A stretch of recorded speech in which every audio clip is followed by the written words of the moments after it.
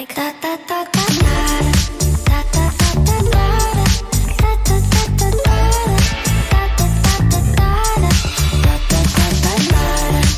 Seperti yang sudah kita ketahui bahwa dasar negara kita adalah Pancasila. Dan tahukah kalian, kata Pancasila berasal dari bahasa Sanskerta. Kata Pancasila terdiri dari dua kata, yaitu panca dan sila. Untuk kata panca artinya 5.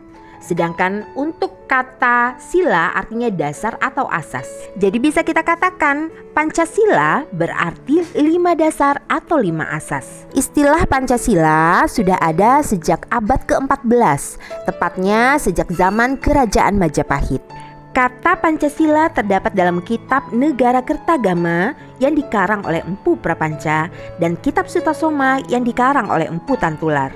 Dalam kitab Sutasoma, Pancasila berarti pelaksanaan 5 susila. Pancasila lahir melalui sidang BPUPKI. BPUPKI itu singkatan dari Badan Penyelidik Usaha-Usaha Persiapan Kemerdekaan Indonesia.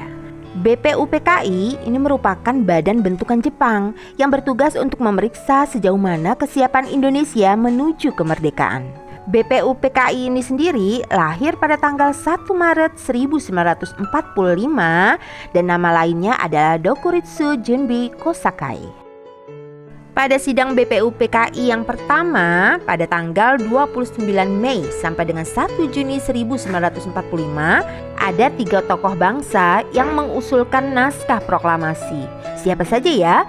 Yang pertama adalah Muhammad Yamin, Mr. Supomo, dan Insinyur Soekarno.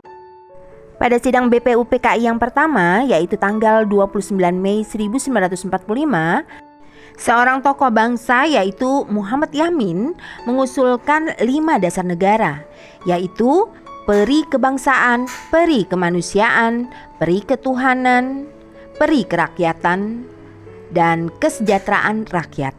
Agar kalian mudah mengingat apa yang diusulkan oleh Muhammad Yamin, ingat kata Bamaturase ya.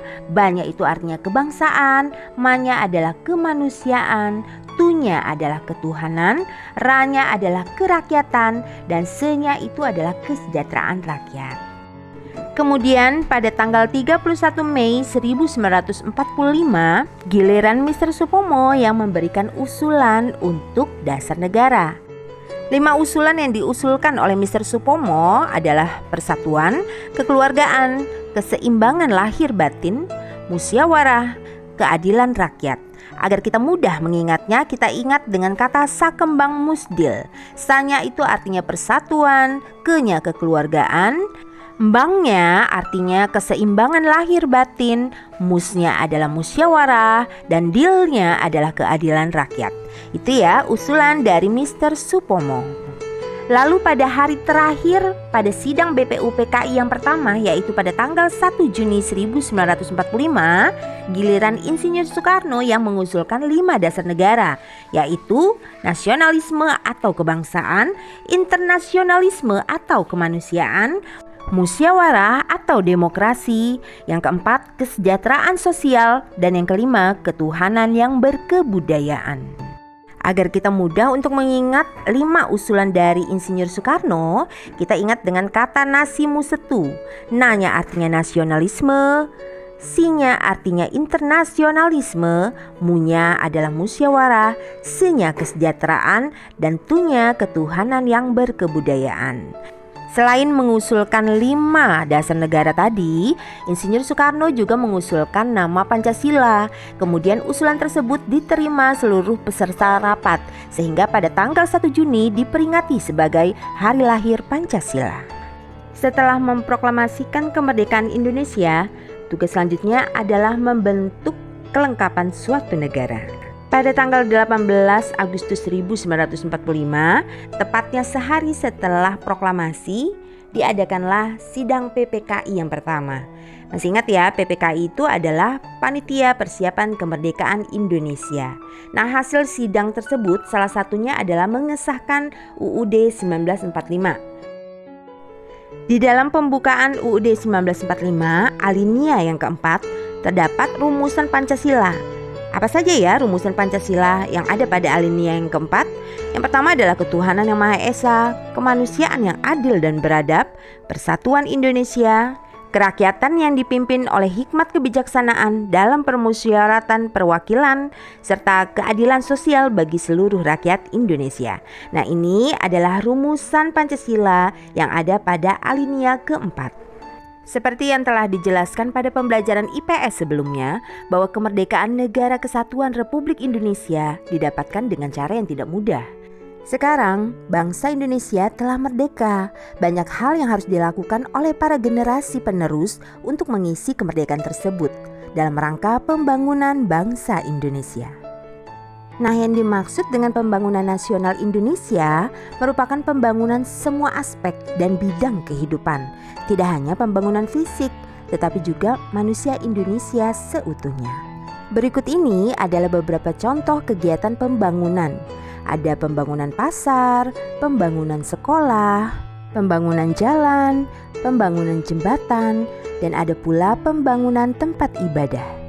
Sejak tanggal 17 Agustus 1945, negara Indonesia telah memproklamasikan sebagai negara yang merdeka. Dan para pahlawan telah berhasil mempertahankan kemerdekaan Indonesia dari tangan penjajah yang ingin menjajah kembali Indonesia. Sebagai warga Indonesia yang baik serta sebagai generasi muda, apa yang sebaiknya kita lakukan untuk mengisi kemerdekaan? Berikut ini adalah beberapa cara mengisi kemerdekaan agar negara kita tetap menjadi negara yang merdeka serta maju. Yang pertama adalah mengamalkan nilai-nilai Pancasila dalam kehidupan sehari-hari. Yang kedua, sebagai pelajar kita harus gigih dan giat dalam belajar serta mengukir prestasi. Lalu cara yang ketiga, berkarya dan mengasah bakat serta minat kita. Yang keempat, bekerja keras sesuai profesi atau pekerjaan masing-masing. Yang kelima, mencintai produk dalam negeri. Yang keenam, mengenal budaya daerah dan nasional. Itulah cara-cara kita dalam mengisi kemerdekaan. Para pahlawan kita telah berhasil membawa negara Indonesia menjadi negara yang merdeka dan berdaulat. Lalu bagaimana cara kita menghargai jasa para pahlawan? Cara yang pertama adalah dengan mengisi kemerdekaan. Nah, mengisi kemerdekaan ini bisa dengan mengukir prestasi, belajar dengan giat ya. Lalu yang kedua, melanjutkan cita-cita pahlawan, yaitu mewujudkan Indonesia menjadi bangsa yang sejahtera, aman, damai, tertib, tentram, dan bahagia. Lalu cara yang ketiga adalah meneladani sikap para pahlawan untuk diterapkan dalam kehidupan sehari-hari. Lalu seperti apa ya sikap-sikap dari para pahlawan yang patut kita teladani? Yang pertama adalah rela berkorban, yaitu lebih mengutamakan kepentingan bersama daripada kepentingan pribadi. Lalu yang kedua adalah berjiwa besar, artinya menerima segala sesuatu dengan sabar, ikhlas, dan tetap optimis. Lalu yang ketiga, pantang menyerah. Maksudnya selalu berusaha meraih cita-cita dan impian serta tujuan bersama. Yang keempat adalah cinta tanah air. Maksudnya adalah membela nama baik bangsa, mencintai budaya Indonesia, dan rela berkorban demi kepentingan bangsa.